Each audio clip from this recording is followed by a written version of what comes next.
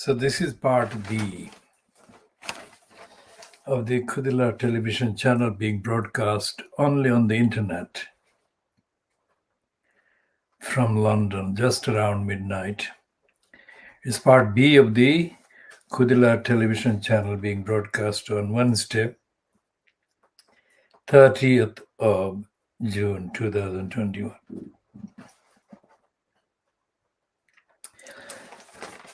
And the piece in the Financial Times of Wednesday, 30th of June 2021, is the day before the Batley and Spen by-election.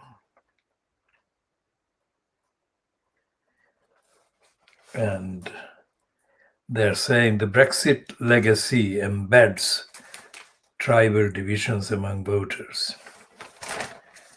Now, as we said, the Financial Times is another lying outlet in Fleet Street.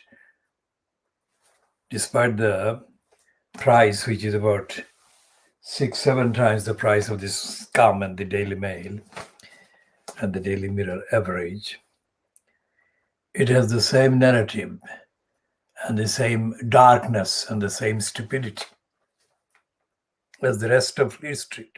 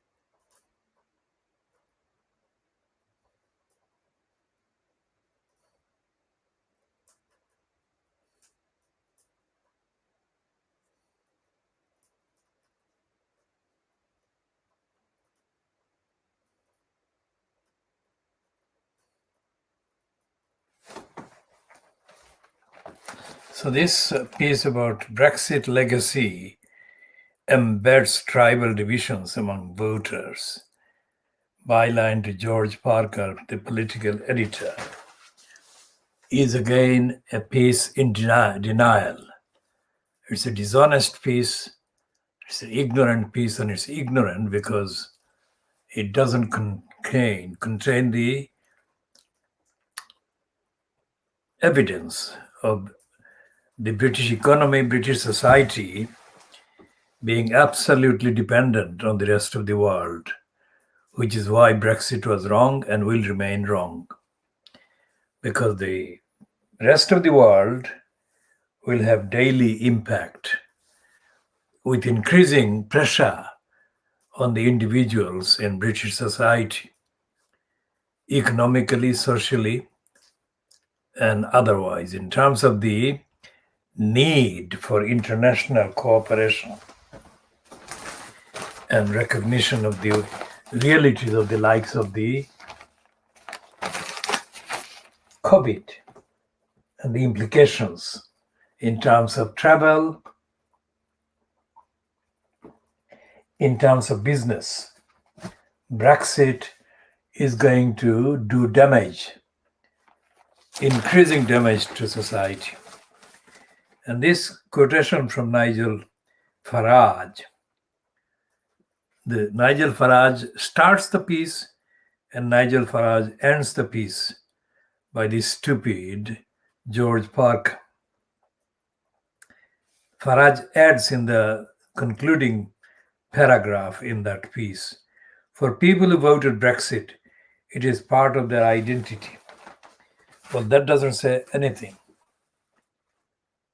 Because if the identity is tested in the shop, in the jobs, in the housing, then it won't bring any result that is of benefit to the voter. Identity is a meaningless thing. It has to be measured by life experience, empirical evidence of empirical encounters and contacts. So the financial crimes is containing the stupidity.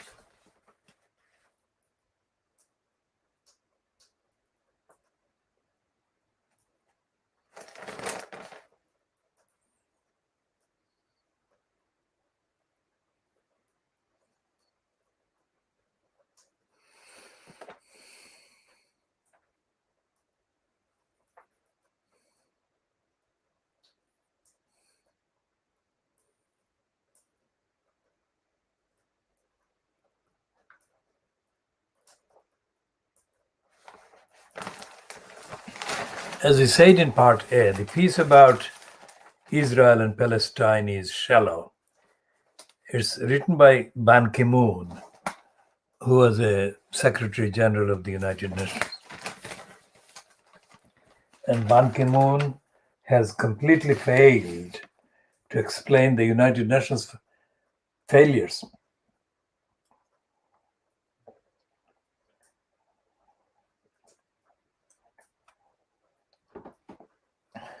Which is a piece by a former Secretary General of the United Nations, is a disastrous omission because it should have been talking about the United Nations role. And it should have been talking about the various approaches that the United Nations has made in the last 75 years.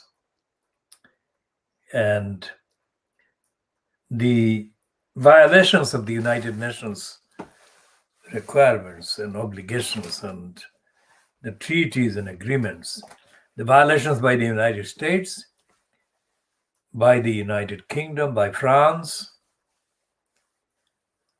of the rights of the Palestinians is something that has to be clearly focused on instead of the rambling, stupid series of in denial pieces that the Ban Ki-moon piece in the financial crimes is made of.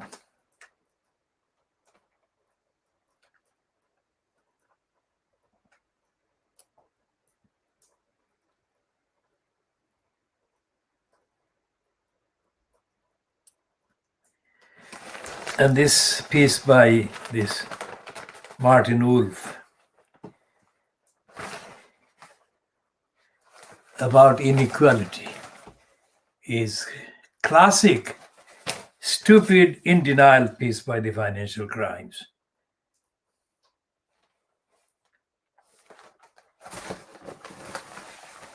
Financial Crimes is in denial of the whole world, of the many, the lives of the many.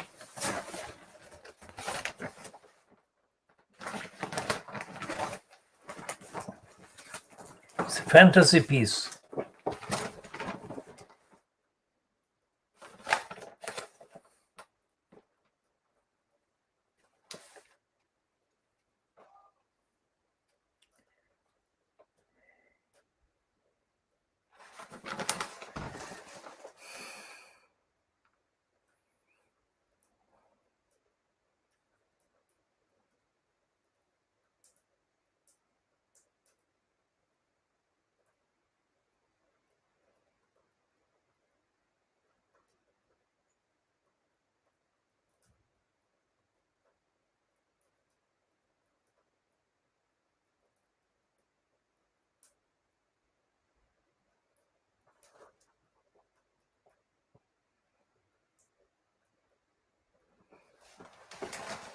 Identity is also mentioned in support of the Iranian status quo in the piece, the FTB greed.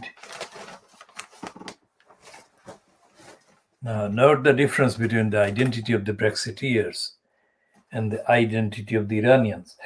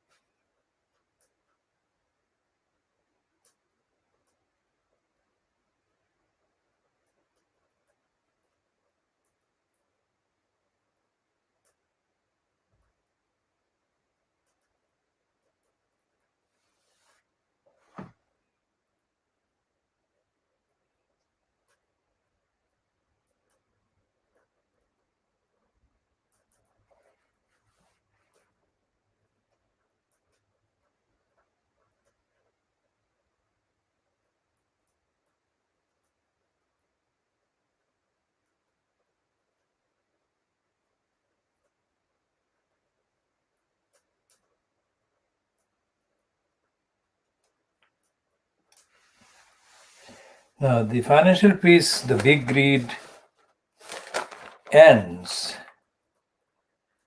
with 1, 2, 3 paragraphs given to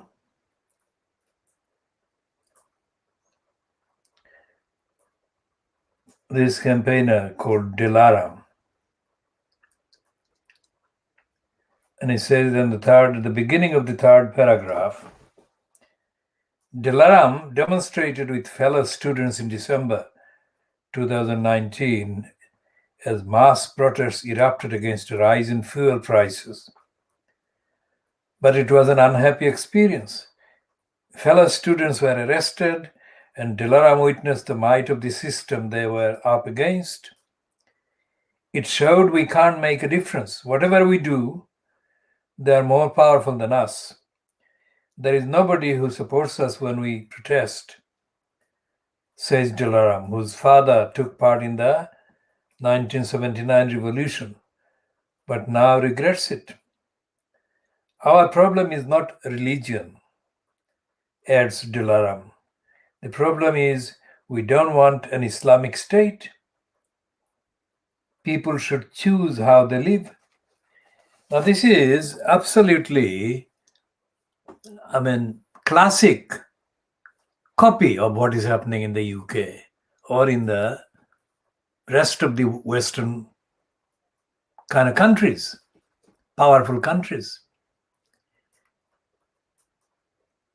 Those who are victims, those who are deprived of the rights in these countries could say the same thing as Dilaram, as quoted, is saying about Iran. The problem is we don't want an Islamic state. The problem is we don't want a corrupt state, a corrupt racist state. People should choose how they live, of course. But how do you bring an end to the corrupt racist state? They are more powerful than us. And what's going to happen to the Labour Party, if you like,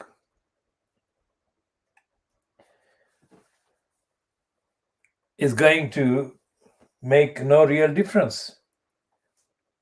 Because the Labour Party has never been, as I said in part A,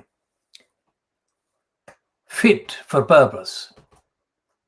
How do I mean by that? What do I mean by that? The unfitness for purpose relates to the needs of the many, the individual people like the one being quoted in Iran, in the context of Iran. People should be allowed or be able to, or free to live their life, choose the way they live their lives. What is Dilaram quoted as? The problem is we don't want an Islamic state. People should choose how they live. Of course, people should choose how they live. That's the 1,000-year-old problem that has been faced, and it has not been solved. It has not been solved by the Christians dominating the countries in the imperial occupied states across the subcontinent. The Christians who have dominated the Muslims and the Hindus and the Sikhs of the subcontinent, and the Christians have not solved the problem across Africa and the rest of Asia, where people have had their religions, but not as dominant as the Christian one, not as kind of centralized as the Christians. The alternatives in the subcontinent, for example, in the case of India, in the case of Pakistan, and in Bangladesh, the two main religions, Hindus and Islam, have not provided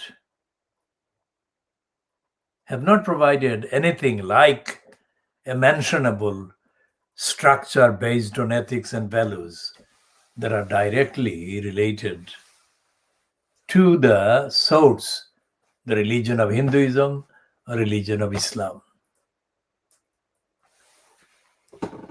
And although in the context of the post-British Raj subcontinent, questions do arise about what the majority of the people in the subcontinent were promised, were entitled to. But they have not been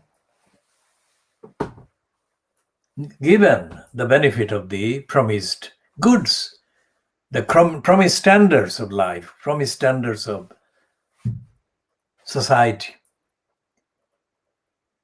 And as we have been extensively discussing India, and as we have been extensively making the point that Indira Nehru and her years in power have been responsible for the appearance of the Hindu fundamentalists, because Indira Nehru totally failed to deliver democracy, democratic accountability, and the bogus slogan, Garibi Hatao, eradicate, remove starvation, poverty. What we are saying here, end hunger at root. This is not something that we have started now. This program, this objective, this solution existed in our campaign, in our movement, decades before Indira Gandhi took over India as the fronter of the cabal of crooks. Indira Nehru abused the name of Gandhi as a clear propaganda thing, and her endorsers and colluders and promoters in the West brazenly, stupidly, criminally, irresponsibly, and dishonestly allowed her to peddle herself as Indira Gandhi, whereas her real name remained Indira Nehru. There is a million years difference between the actual impact of the two names. Gandhi, whatever his shortcomings, was not associated with power and was not associated with corruption of the scale that Indira Nehru and the Nehru family epitomized and was embodied and was embodiment of. And the Indian National Congress that existed as a platform, although the various people left the original Indian National Congress and challenged it ideologically, intellectually. But in terms of political mobilization, they couldn't challenge, because the impact and the weight needed for a mobilization, galvanization of the opposition to the Nehru family's control of the Indian National Congress simply did not exist, simply did not prevail on the part of the ones who were aware of the need for change and replacement.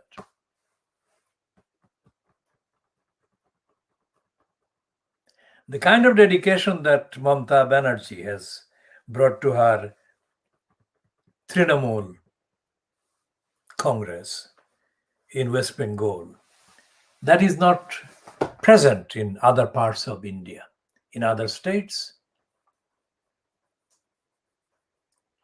And the personality of Mamata Banerjee says a lot about the reason why she has prevailed.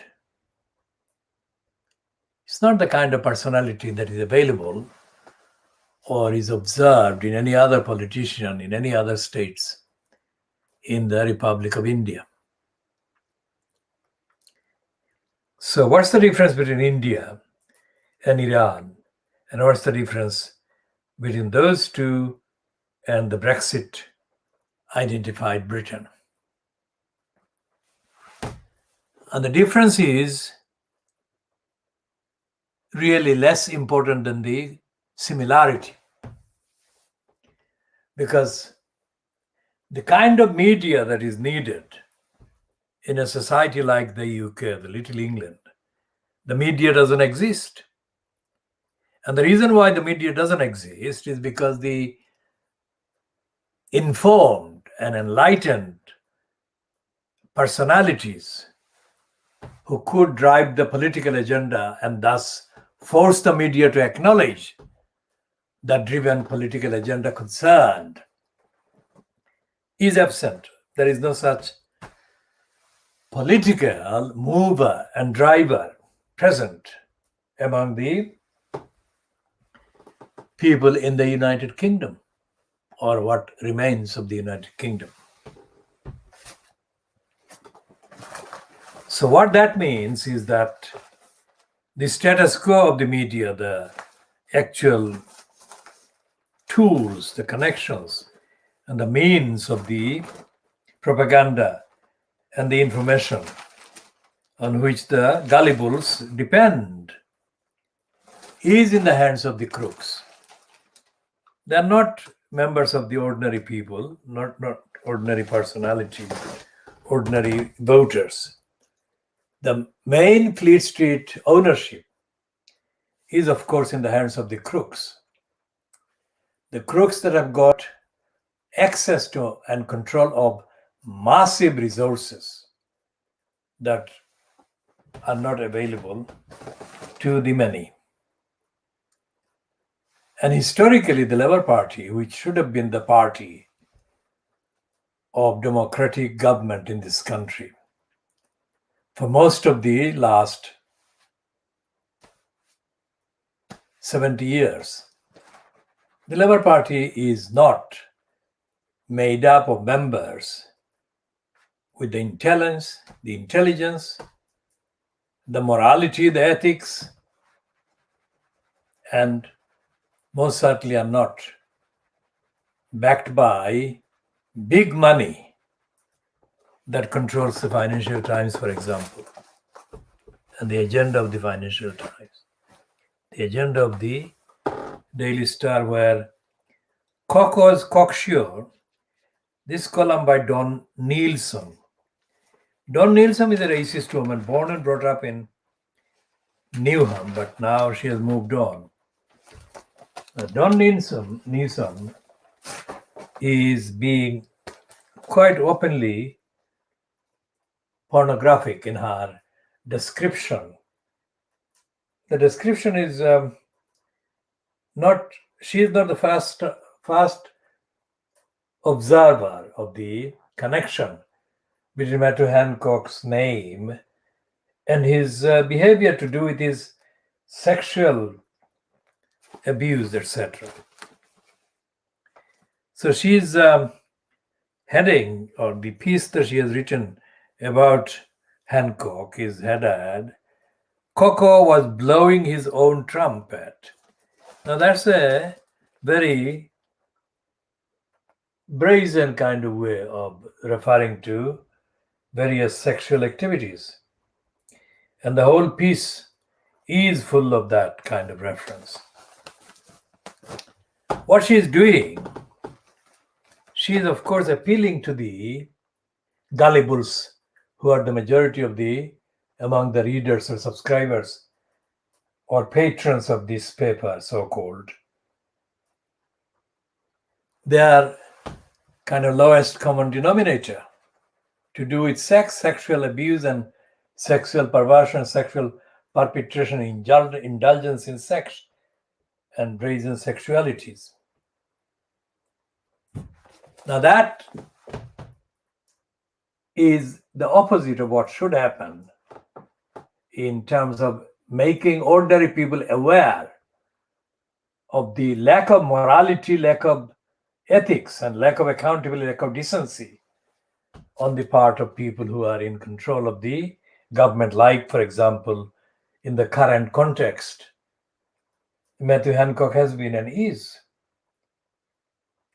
And then she also extends the use of this loose sexual acts based kind of references to the behavior of Boris Johnson.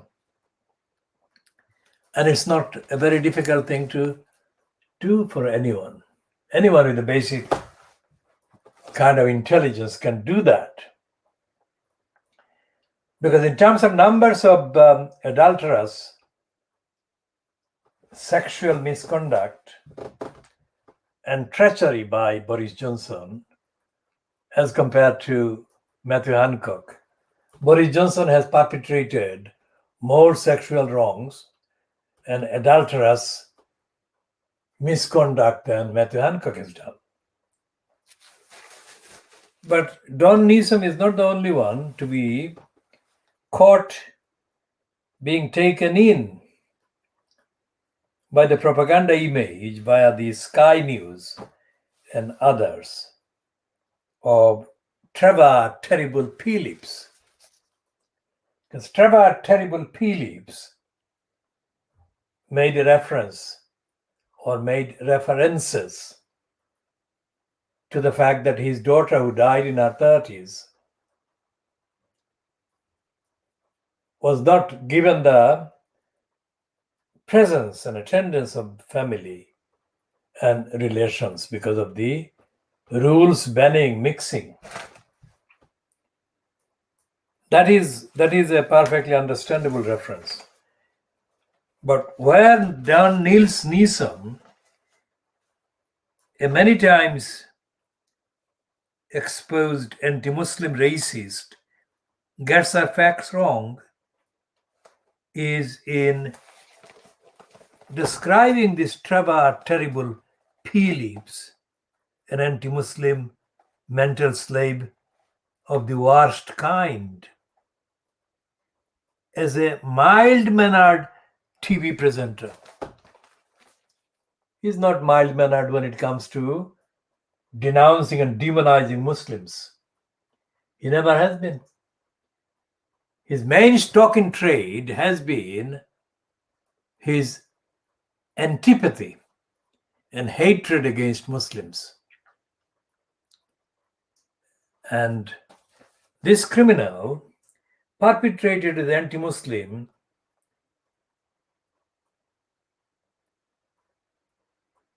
contract to his slavery masters and slavery mistresses by even claiming that he was married to a Muslim woman for nearly 30 years.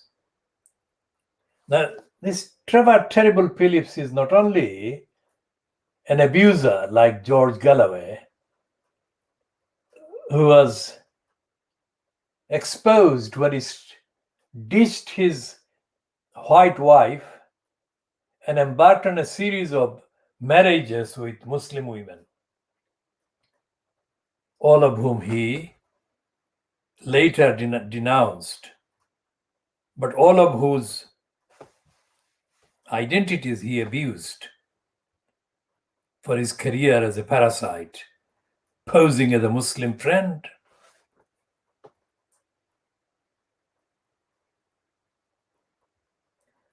So we shall talk about Galloway again under this heading, posing as a Muslim friend.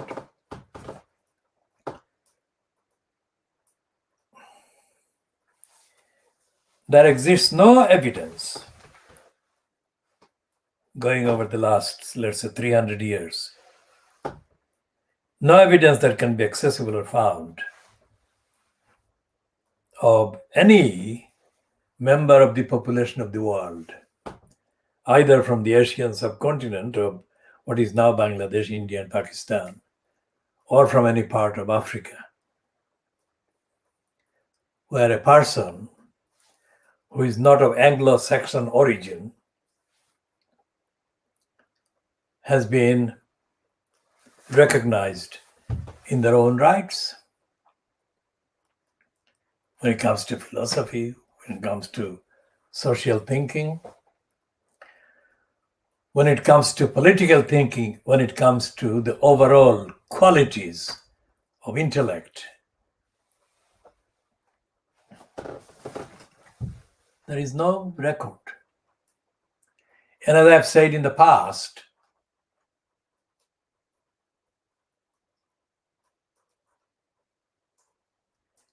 the so-called Palestinian academic who was given an academic spot in a USA setting, Edward Said, who wrote the book The Orientalists. Edward Said was not a Palestinian. When the anti-Palestinian racists in the USA made the decision to recruit him and give him the platforms, they did that so that they could say that he was a Palestinian. But that was a doubly poisonous lie. Edward Said was not a Palestinian Muslim, which is the absolute majority of the Palestinians. Edward Said was a Christian. But it was true also that he was a Palestinian. So they left out the Christian bit and they misappropriated the whole identity of the Palestinians. And they deployed him as a counter to the allegation that they were racists and they were anti-Palestinians. In everything else they did, those so-called academic platform owners or controllers, in the context of the rights of the Palestinians, everything they did went against the needs and the rights and the entitlements and the humanity of the Palestinians. Just like Wednesday's Fleet Street papers running stories about the so-called defeat of the German by the English team. The main decisive, inspiring, leading goal was actually achieved by the black man, African origin man, Raheem Sterling. There is no evidence that Fleet Street papers have even heard of Raheem Sterling, let alone have recognized him.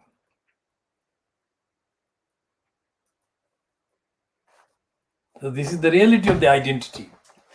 What on earth is the Financial Times, which we have renamed Financial Crimes, is doing, starting a whole piece by quoting Nigel nasty racist Farage and ending the piece by quoting the racist, lying, nasty Nigel Farage, talking about the people who voted for Brexit have a identity about it.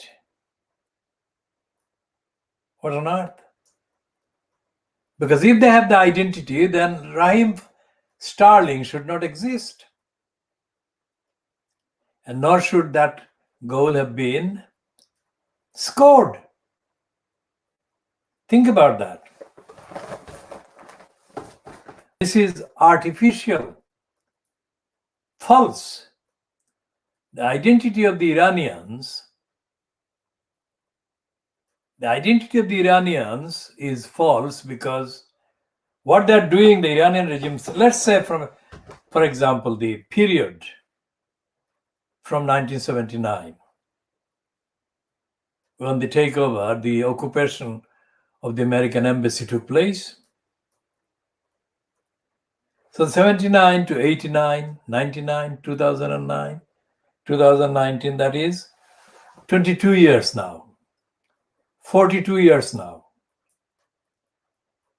In the 42 years, the Iranians have not established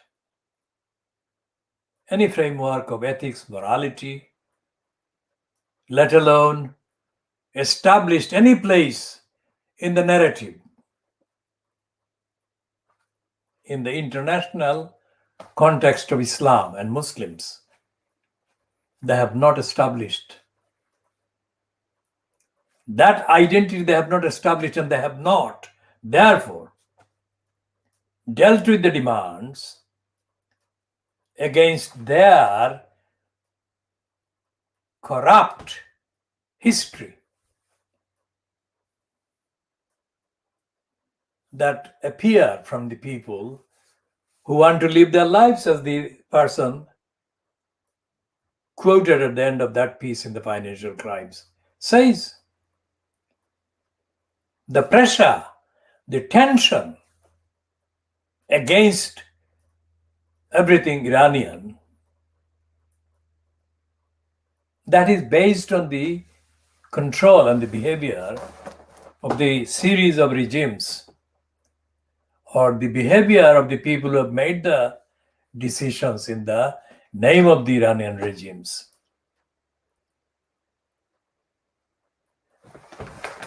Because what the Muslims in the world are faced with, in the world meaning in the Western world, the Muslims are faced with the completely kind of odd an absurd challenge that are really aimed at Iran, but have nothing to do with the Muslims. Because most Muslims in the West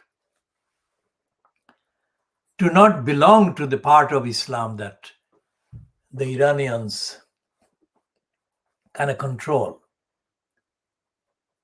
It doesn't mean that the Muslims belong to something else. They don't. But they most certainly don't have any loyalty politically or socially or in terms of the narrative to the Iranian regime that has been in place, or the series of regimes that have been in place since 1979.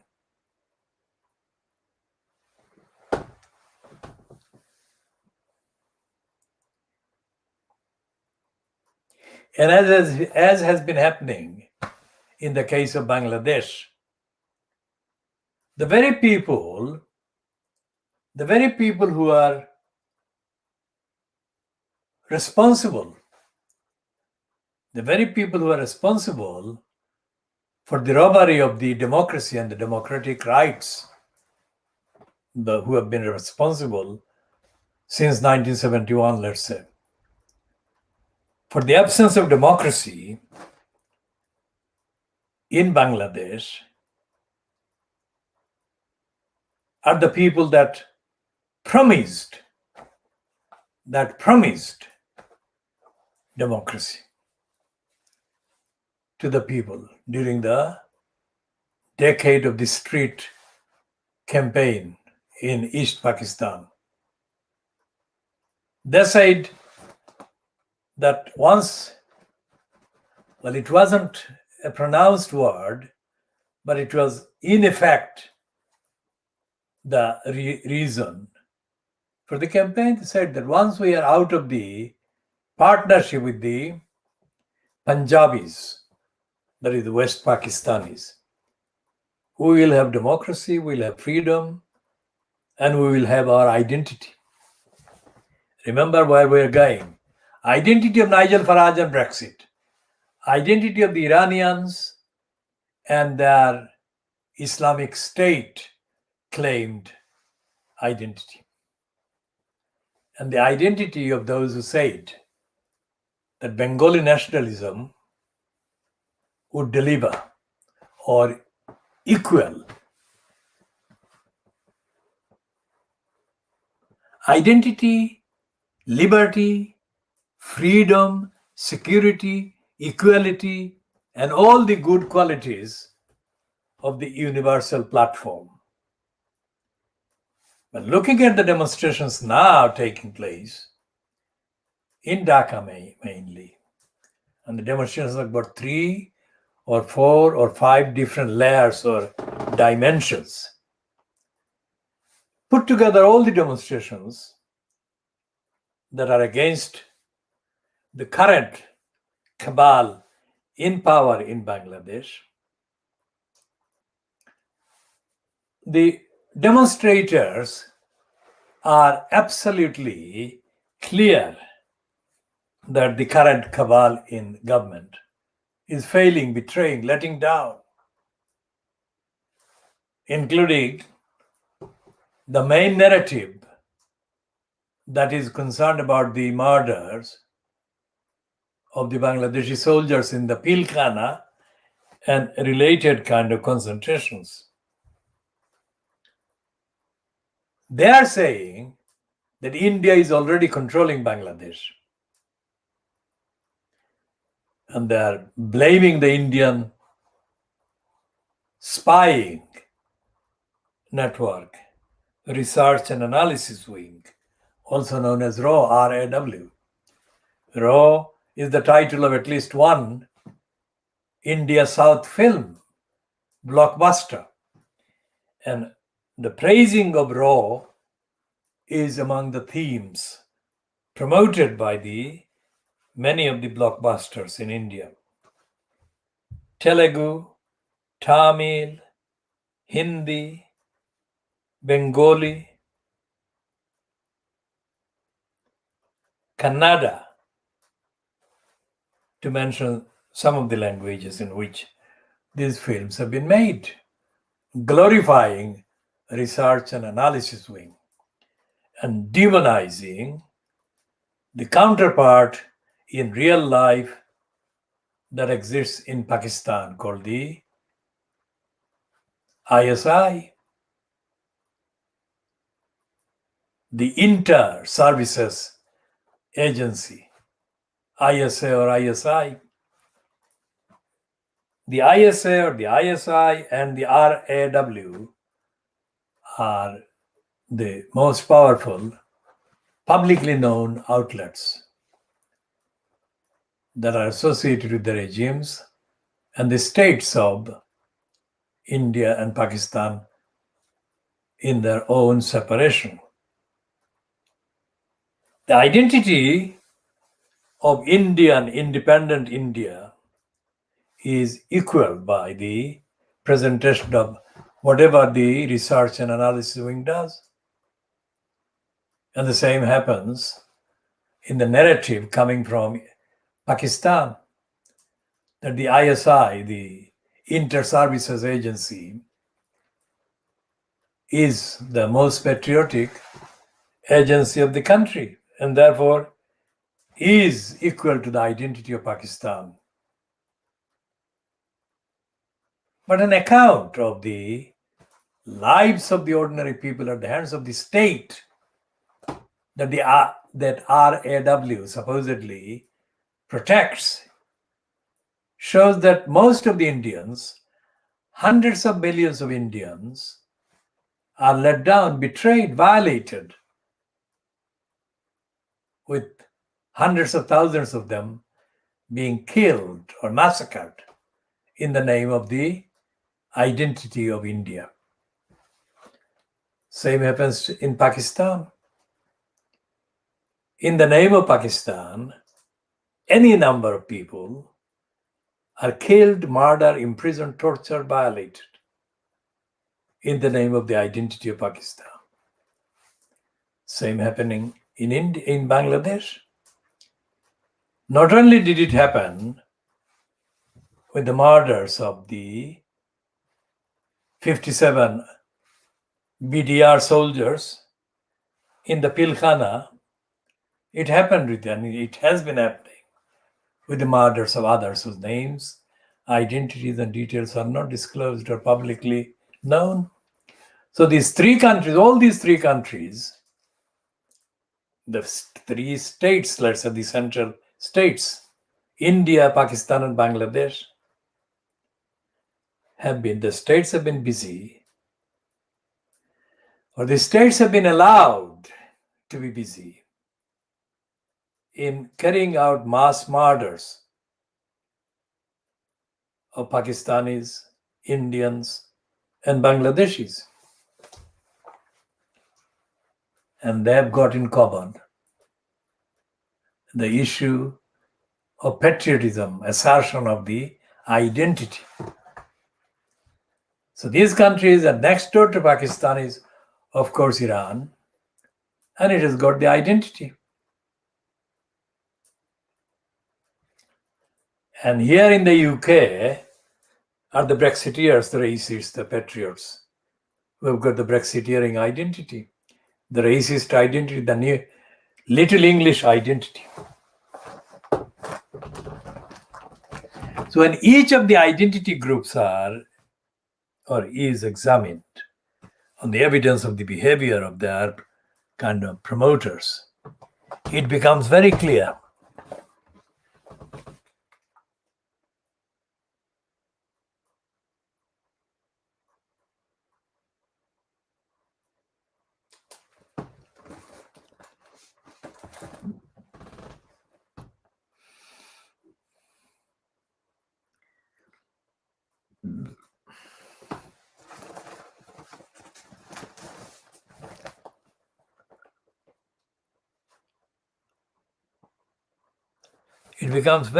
that people like Don Newsom are unfit for purpose. That is to say, as commentators, they are not fit to be consulted, let alone to be taken as sources of authentic opinion or description or analysis.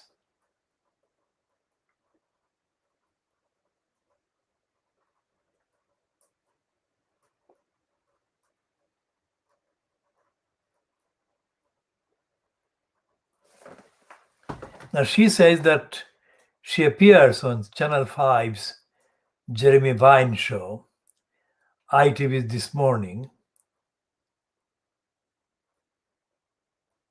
and on Talk Radio. So she has got three platforms there, as well as this column in the Daily Scar. What does she contribute? What does she produce?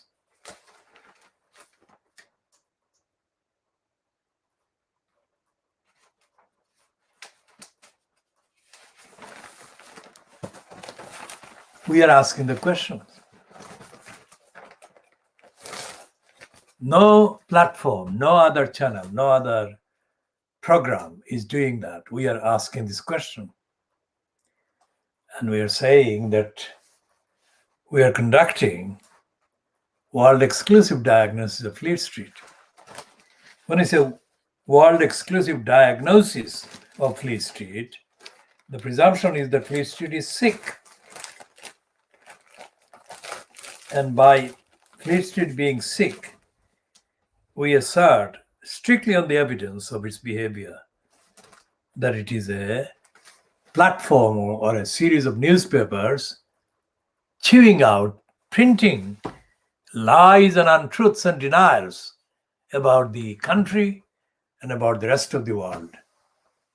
And they are hiding the truth about the misconduct of the British government, so-called. When we say so-called, we mean that there is no real legitimacy in the actual description to which the so-called is attached as a qualifier, as a condition.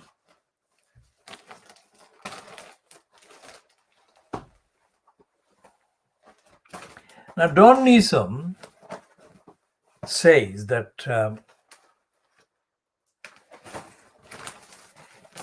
let's see what she actually is saying in today's piece about Boris Johnson.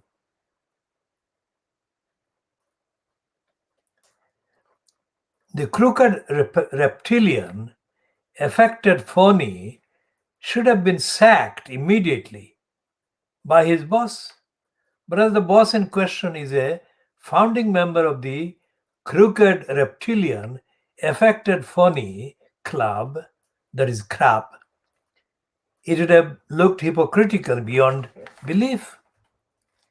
So instead we had Boris Johnson insisting the matter was closed, unlike the mistress's legs. I mean, she leaves nothing to the imagination. And we should all, I mean, this is really absolutely despicable profanity. She says, Don Newsom, so instead we had Boris Johnson insisting the matter was closed, unlike the mistress's legs, and we should all swallow hard. That's her words. Thankfully, we got to the bottom of it when the wave of revulsion overwhelmed Coco, and he resigned.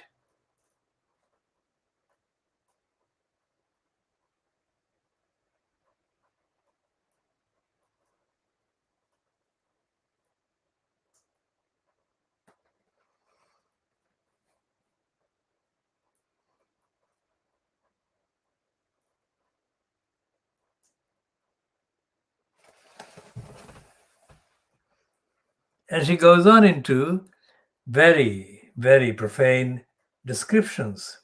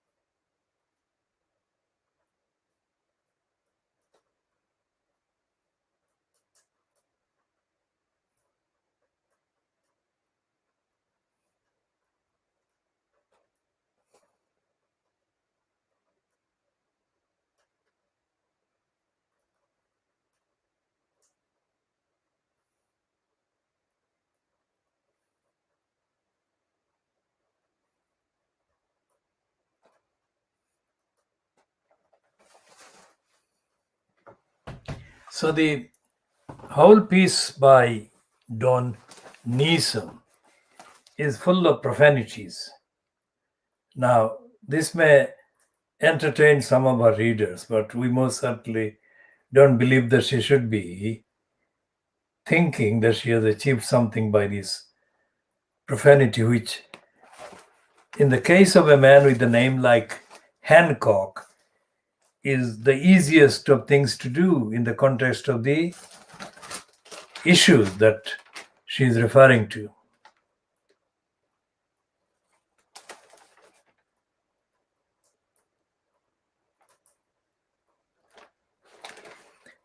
But the question arises from Don Neeson writing the profane piece. Has she ever taken a universally moral stance against anything else that Boris Johnson has done? The answer is no. In fact, Don Neeson is on the record as supporting Boris Johnson when Boris Johnson has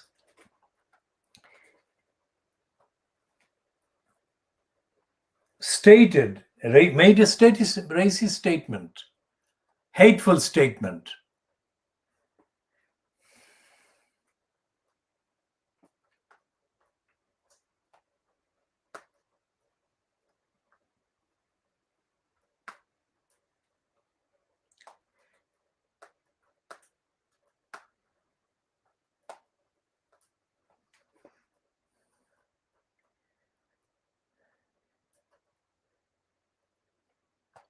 So, for example, in her column, dated the 20th of November,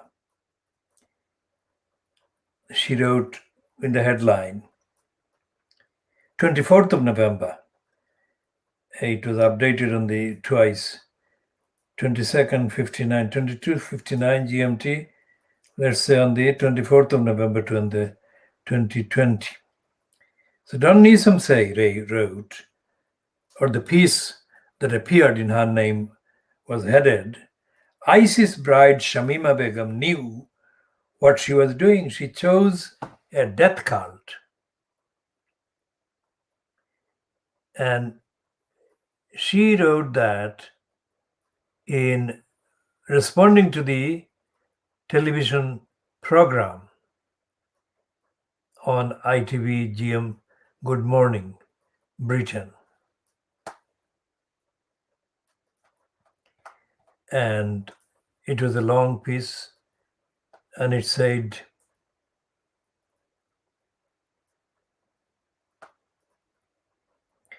the heading was on the issue of 8:40 GMT in the morning, should Shamima Begum return? And the subheading was, her team claims she is our problem and should be allowed to face justice here. She is not my problem. That is Don Neeson saying. She chose to join a death cult and turn her back on a safe, comfortable democratic country, says Don Neeson. Well, for a start, this is not a safe, comfortable democratic country for millions of people, not just one. Millions of people, and there is no access to what democratic services Neeson said there. So we are not going to contrast the reality faced by the 14 to 20 million people in this country about the absence of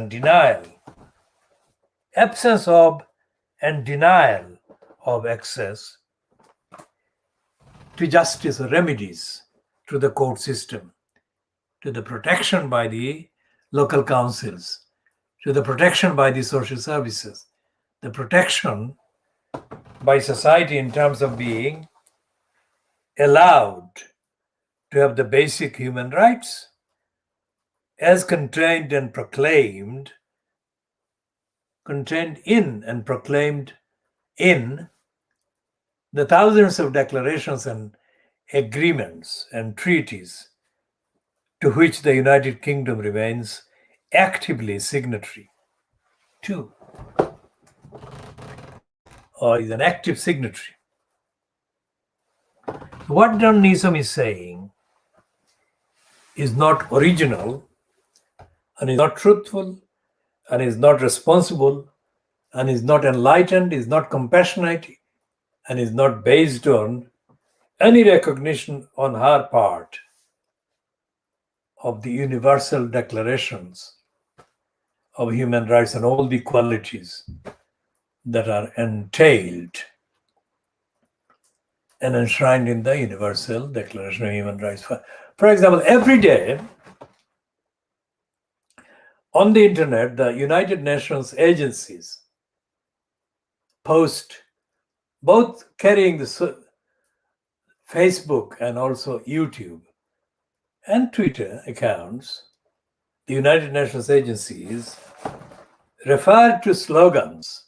They should be referring to articles and treaties, but they don't do that more often than that often that they should be doing. What they do is to pander to various sloganeering kind of tendencies and propensities, and they publish slogans like everyone has a right to a house, a home, shelter, peace, freedom from torture and hunger, that kind of thing.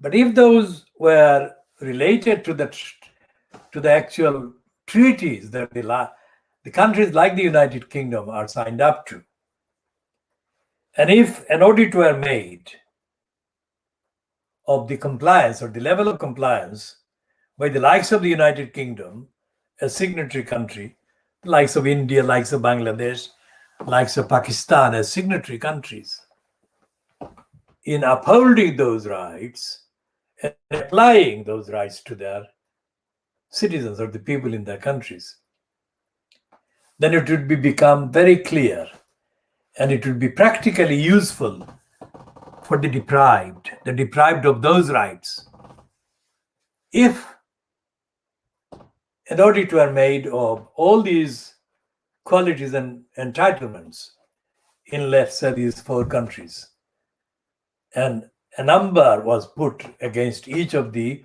obligations being broken by these countries, then it could be seen to what extent the rights of the individuals are being violated. Don Nizam says that the decision by Shamima Begum was made voluntarily.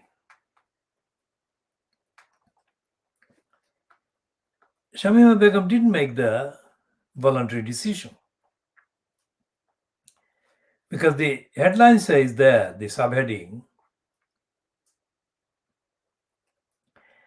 that she, that is Shamima Begum, chose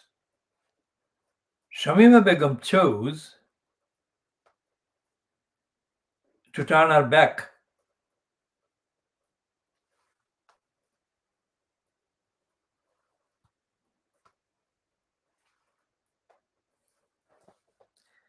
on a country that was safe. I'm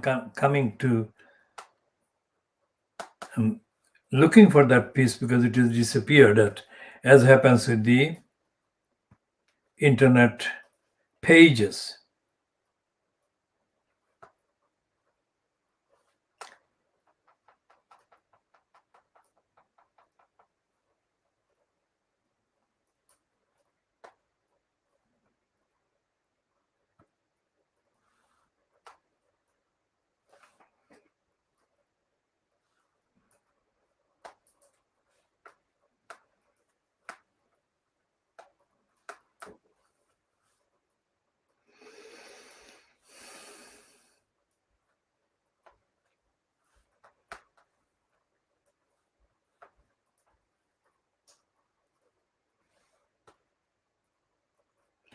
So Don Nizam, in her piece dated the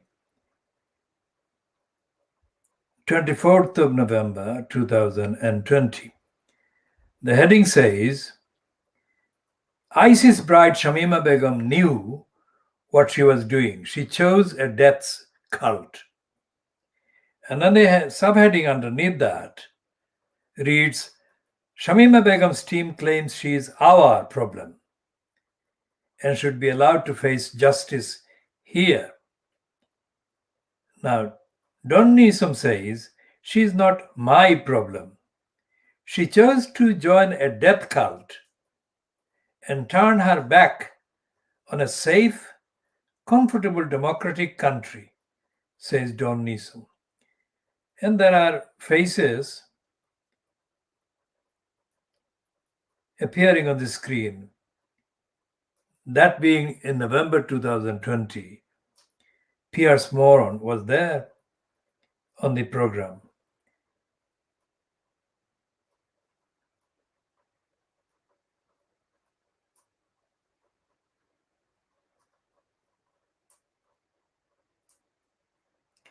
And Don Newsom unfavorably contrasts Shamima Begum with Greta Thunberg in terms of age,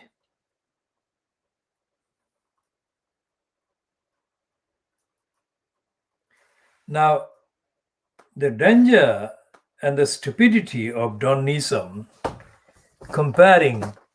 unfavorably comparing Shamima Begum with Greta Thunberg is, first of all, that without the contrast with the supposed image of Shamima Begum, Don Newsom would not be hailing Greta Thunberg in the way that she does in that column, dated the 24th of November 2020. Because Greta Thunberg is not being praised by Fleet Street.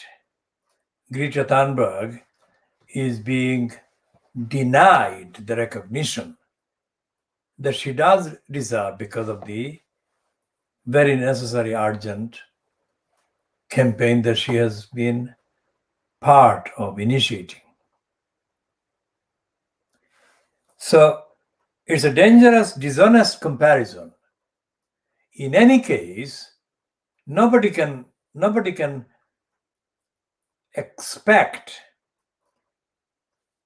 any other girl aged the same number of years as Greta Thunberg to be doing what Don Newsom is praising Greta Thunberg as having done in this piece, which she's using Greta Thunberg against Shamima Begum. That cannot happen. And the reason why that cannot happen is that millions, hundreds of millions of children, age 16 or thereabouts, are brainwashed, indoctrinated, and discouraged from taking independent action and thinking independently because of the indoctrination going on in their homes, in their societies, in their schools, etc., etc. So Shamima Begum is being accused and convicted by Don Newsom of having not been another Greta Thunberg. The point is that any ethical, moral action program, such as the one that Greta Thunberg has been identified with, is discouraged even by the families, the neighborhoods, the friends. And there is nothing in the records of Don Newsom where she has actually initiated or led any campaign that can be compared with the one that Greta Thunberg has done. For example, take the magnitude. If Greta Thunberg's campaign affects the environment, the future of the environment, the magnitude, the weight, the effect, the impact, then it can be compared with the ending of the nuclear war or putting an end to the nuclear arsenal. Would Greta Thunberg have wanted that kind of campaign? Had she wanted to do that kind of campaign, she would not have been even allowed a mention. She would have been called crazy, which she has been even in the context of the climate emergency.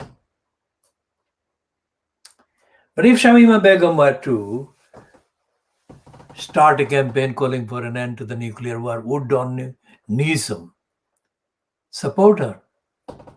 Most certainly not.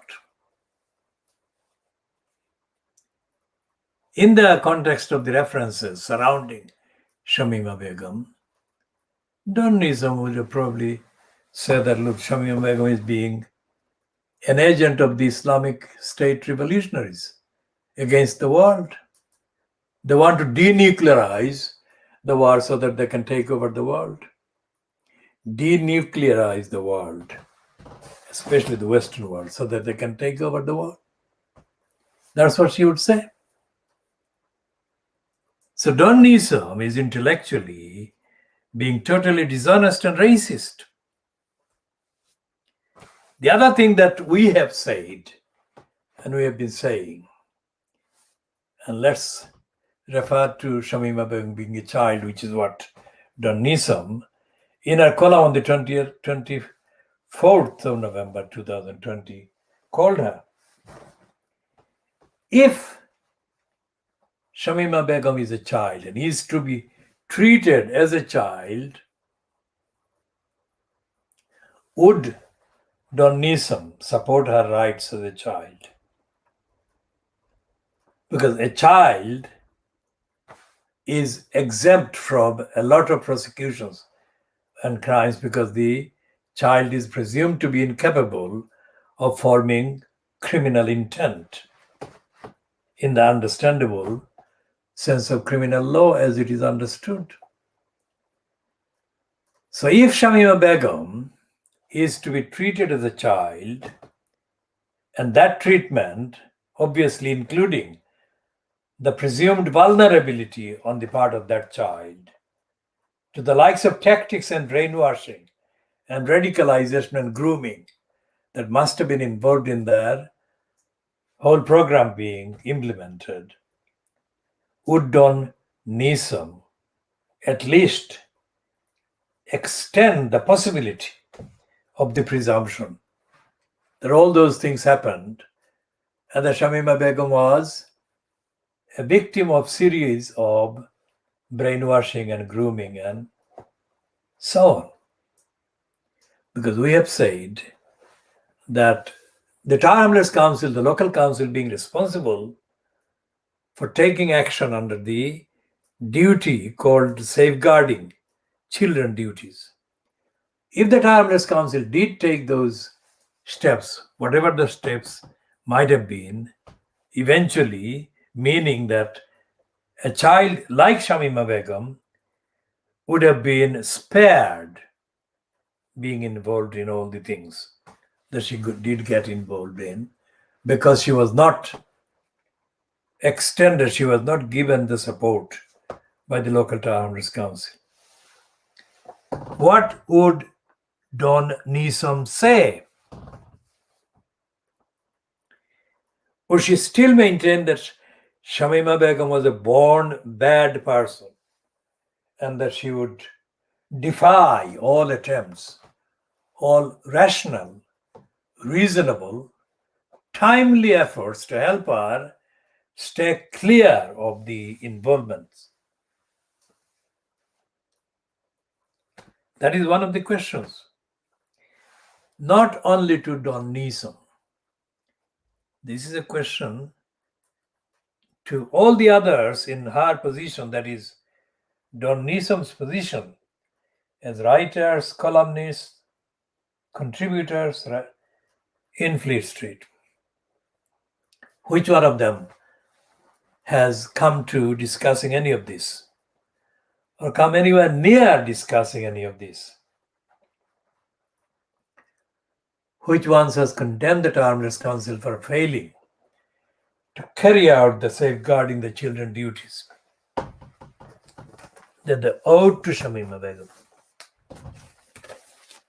There is no record of any Fleet Street writer doing that. One who has mentioned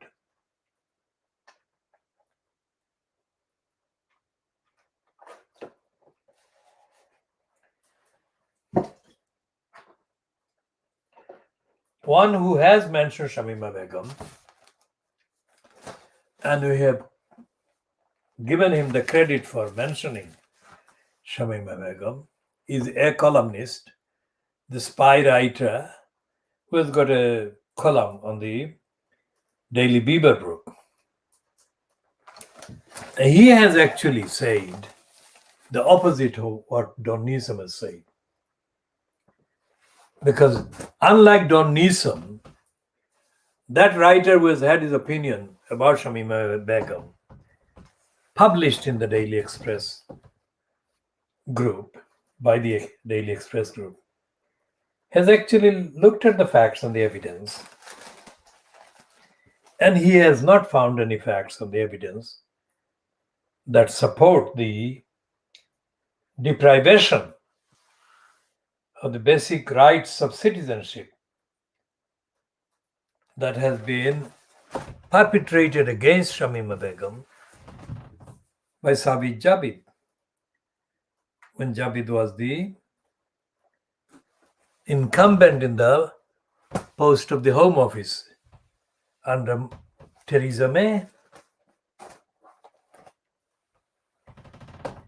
So what I'm saying is that the Tower Hamlets Council played the crucial, negligent role in allowing the atmosphere to prevail whereby Shamima Begum was avoidably exposed to exploitation, brainwashing, grooming, indoctrination. And the result is obviously known to the whole world. Would Don Neeson acknowledge the duties owed by the Tower Hamlets Council? Well, there is nothing that she has actually written or posted that suggests that she has recognized the duties owed by Tower Hamlets Council. We shall be talking more about these issues and the issues of the local councils, Karkleys Council, as being claimed by George Galloway in the Part A of the date Thursday, the 1st of July 2021, which we are already into now.